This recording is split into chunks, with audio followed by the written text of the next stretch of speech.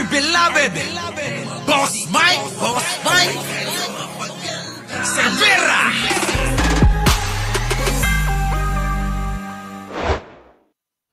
Ni VP Duterte lumawak, bagong pangalan ng confidential fund beneficiaries na bunyag. Naritong news scoop ni Gia. Yan ba ang hindi magnanakaw? Sinungaling ka, Ipe. Grabe ka. Oh. Ipe, sinungaling ka. Kaya siguro, hiniwalayan ka ni Chris Aquino, ano? Tanong ko lang naman. Kaya ba hiniwalayan ka ni Chris Aquino? Winona, thank you naman ha. Winona, love you. Oh, di ba? Oh, tuloy. Rafael. Ibinunyag ng isang leader ng Kamara na lumawak pa ang tinaguriang Piatos Gang o ang listahan ng mga kahina-hinalang pangalan na sinasabing nakatanggap ng confidential funds mula kay Vice President Sara Duterte. Yan ba ang hindi magnanakaw, mga kababayan? Kayo na ang bahalang humusga dyan. Oh, ano? Hindi ba magnanakaw? Magnanakaw o hindi? Ayon kay House Deputy Majority Leader at La Union Congressman Paulo Ortega V, matapos mabunyag ang pangalan ni Mary Grace Piatos, nadiskubre naman ang mga dagdag na kahina-hinalang pangalan tulad ng Pia Piatos Lim, Renan Piatos at Xiaome Ocho, isang pangalang tila hango sa isang modelo ng cellphone. Kita nyo mga kababayan, hindi pa yan. Meron pang bago. Ano yung bago, Boss Mike? Yung Dodong Gang. Oh, nung nakaraan, Piatos Gang. Oh, ngayon naman, Dodong Gang. Anak ng pating mga kababayan. Ha? Ginagawa na kayo mangmang ni Sara. Kasabwat, sino? Si Philip Salvador. Siya pang gagago sa inyo. Naniniwala pa rin kayo. Hanggang kailan ang kamangmangan?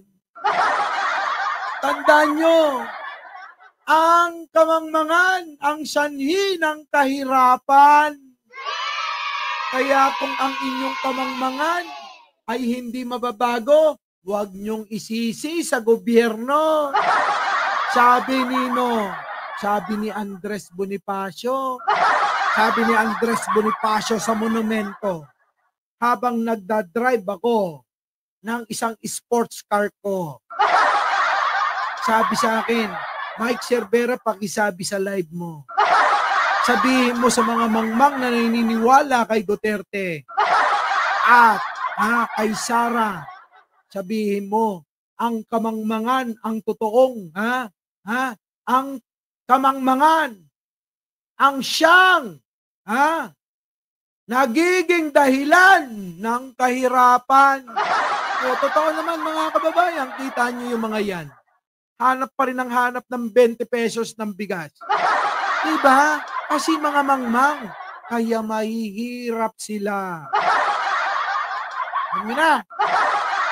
Kung pwede lang, sabihin ko kay Andres Bonifacio, Andres, pwede ba? Bumaba ka na. Kasi nasa taas siya doon. Nasa taas na monumento eh. Andres, baba ka na. Pwede ba unahin mong tagbasin si Along Malapitan? Nandito doon sa tapat mo eh. Oh, diba? Visit. Giit ni Representative Ortega, tulad ni Mary Grace Piatos, wala ring birth, marriage o death record sa Philippine Statistics Authority ang mga bagong pangalang ito. Anya, tila isang imaginary payroll ang confidential funds, kung saan hindi matukoy kung tunay na tao ang mga sinasabing tumanggap ng pondo. Ayun na nga, ay dapat Ipi Salvador, Robin Padilla, yung mga totoong tao talaga.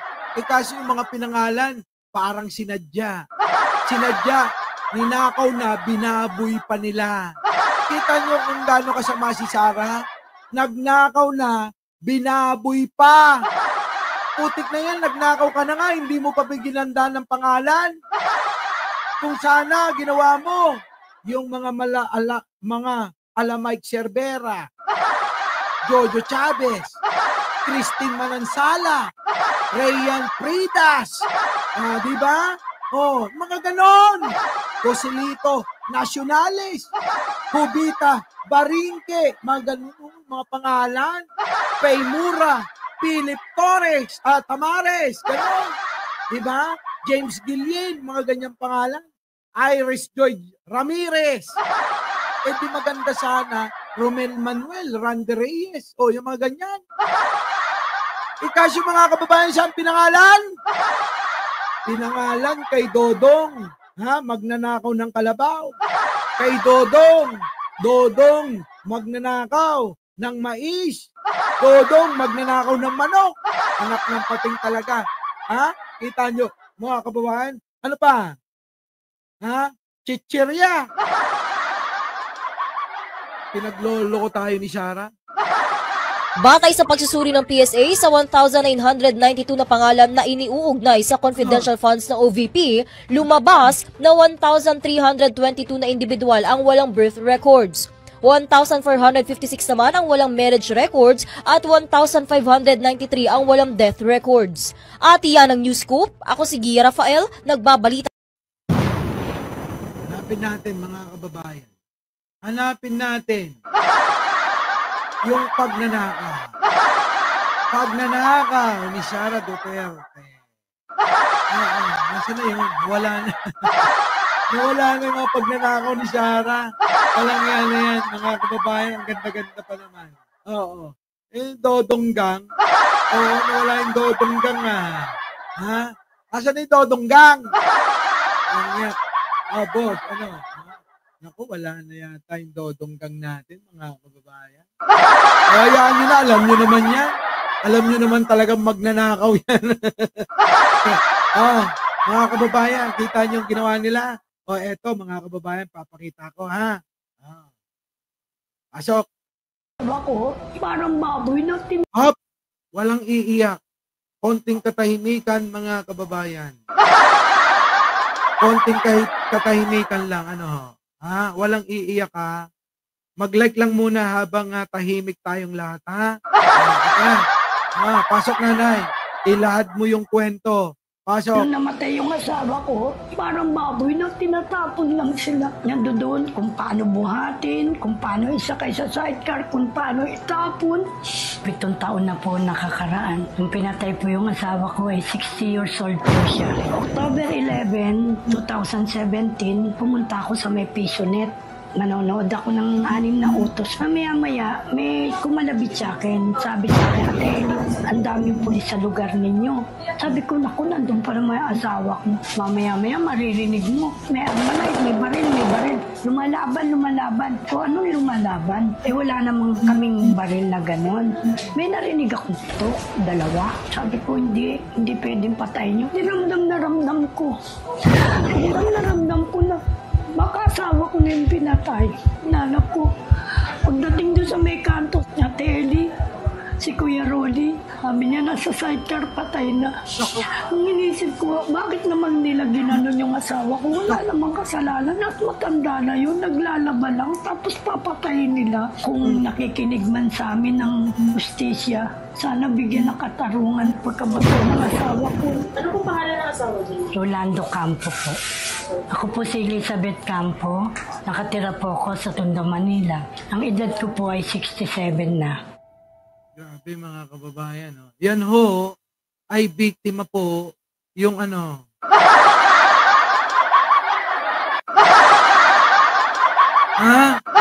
po ay biktima, mga kababayan, ng EJK ni Digong. Biktima ni Digong ito. Oo. Sige, pasok, nanay, Nung namatay yung asawa ko, parang baboy na tinatapon lang sila. Nandoon. Nung namatay daw yung asawa niya, parang baboy lang daw ho na tinatapon. Kita nyo, mga kababayan, Kung paano buhatin, kung paano isakay sa sidecar, kung paano itapon. 7 taon na po nakakaraan. 7 taon na nakakaraan nung panahon ho yan ng EJK, mga kababayan. Oo. Mike Cervera, huwag maninira ka daw ng sige, tuloy. Pinatay po yung asawa ko ay 60 years old po siya. October. Pinatay. Senior citizen, pinatay. Palibhasa kasi hindi sa inyo nangyari. Hindi ko naman dinadalangin. Sana nangyari na lang sa tatay nyo eh. Diba? Pero paano itong mga biktima na to? Tumatawag ng katarungan. Baliwala lang ba sa inyo? Kasi hindi sila sikat. Kasi hindi sila mayaman. Kasi hindi sila Duterte. Ganun ba? Tandaan nyo, ang buhay ng tao, ang lahat ng tao sa mundo dapat pantay-pantay sa paningin ng Ama at paningin ng pamalaan at batas. Hindi po dapat may mas mataas at may mas mababa. Tandaan nyo yan. Kailangan wala tayong pipiliin. Mababa na uri ng mga tao, mataas na uri ng mga tao. Dapat pantay-pantay tayo. Hindi yun dahil si Digong idol nyo, si Digong ang pakakampihan nyo. Bakit? Dahil ba sila walang kwentang tao? Dahil ba sa kanila wala kayong mapapala? Ganon? Anak ng pating nakatwiran ninyo. Kasi mga kababayan, itong mga taga-suporta ni Digong, mga mahihina ulo, mangmang at mga bobo. Diba? Yan ang tatandaan ninyo, mga kababayan. Oh, eto pa, tuloy. November 11, 2017, pumunta ako sa may Pisonet. Manonood ako ng 6 na utos. Mamaya-maya, may kumalabit sa akin. Sabi sa akin, Ate Eli, ang daming pulis sa lugar ninyo. Sabi ko, naku, nandun pa naman yung asawa ko. Mamaya-maya, maririnig mo. May baril. Lumalaban. So, anong lumalaban? Wala namang kaming baril na ganon. May narinig. Paano naman lalaban?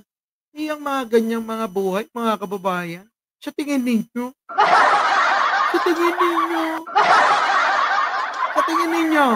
may panlalaban yung mga yan. Kaya nga pinipili nila, mga kababayan, yung mga mahihirap kasi walang ipanlalaban sa korte. Kaya nung panahon ni Digong, hindi nila makita yung katarungan sapagkat kayang-kaya ni Digong manipula ang lahat ng korte sa Pilipinas. Kaya ang naisip nila? Dalhin sa ICC, doon ilaban, at kunin ang katarungan. Ngayon nangyari, ipagkakait nyo pa, langya naman kayo. Ngayon nakukuha na nila. Yung alin? Hustisya.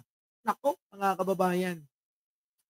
Kaya nga sabi nila, hindi na makakauwi si Digong.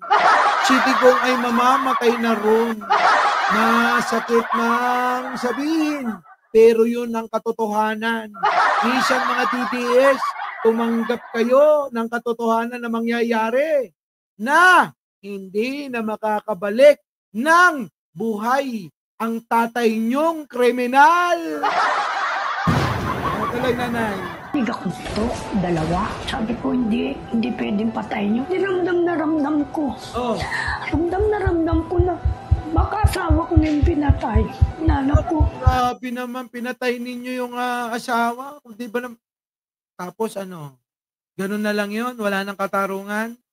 Kaya nga mga kababayan, ako, usang sumuporta kay Trillanes. Ako sumusuporta ako. Kahit papano naipa-plug ko paminsan-minsan dito sa live ko. Bakit? Dahil kay Trillanes nakuha nila yung katarungan eh. 'Di ba? Nakuha nila yung katarungan, Mang Ipe. Sa palagay niya makukuha sa panahon ni Digong yan? Pag naging presidente si Sara na luka-luka, makukuha nila yung katarungan? Hindi na Hindi na nila makukuha yan. Tuloy. Pagdating doon sa may kanto niya, Teli, si Kuya Rolly, sabi niya nasa sidecar, patay na. Ang inisip ko, bakit naman nila ginanon yung asawa ko? Wala namang kasalanan at matanda na yun, naglalaba lang, tapos Kita nyo, matanda na, naglalaba pa. Napakaulirang asawa. Tignan ninyo si ate, nanonood ng ikalabing 6 na utos. Tapos samantalang yung asawa niyang lalaki, na si Lolo, mga kababayan, pinagbabaril habang naglalaba. Siya kayo nakakita ng ganon. Bibihira na yung ganong lalaki. Siya yung pinaglalaban ng babae. Dapat nga mga kababayan, damihan pa natin yung ganon eh. Diba? Damihan natin yung mga lalaki na tumutulong sa asawa. Kaso mga kababayan, pinaslang nila. Tayo nila, kung nakikinig man sa amin ng justisya, sana bigyan ng katarungan pagkamatay ng asawa ko. Correct ko, nanay, wag ko kayo mag-alala. At mabibigyan ako ng justisya. At yung nag-utos para patayin yung asawa nyo, tinangay na, kinuha na. sa Netherlands, nakakulong na ho, nanay. Kaya nga mga kababayan, suportan natin itong mga biktima. Itong mga inosenteng biktima na pinagpapatay yung mahal nila sa buhay. Yan po dapat sinusuportahan. Hindi po yung isang kriminal. Yung taong maraming pinapatay, katulad ni Digong. Tuloy. Ano po pangalan ng asawa niyo? Rolando Campo po. Ayun, si Rolando, pinatay nila. Pinapatay ni Digong. Di ba? Grabe, mamamatay tao. Digong, isang kriminal. Di ba? Mga kababayan? Kriminal. Tapos kinakampihan ng mga mangmang. Tanga at bobo. Oo, tatlong klase kasi sila. Yung mga tanga, yung mga bobo at mga mangmang. Yung iba nga dyan, nandyan pa. Ano pa naman hindi magiging mga tanga? Makapag-comment lang, nag-subscribe pa. Ang tatanga, di ba? Our beloved Boss Mike Sevilla.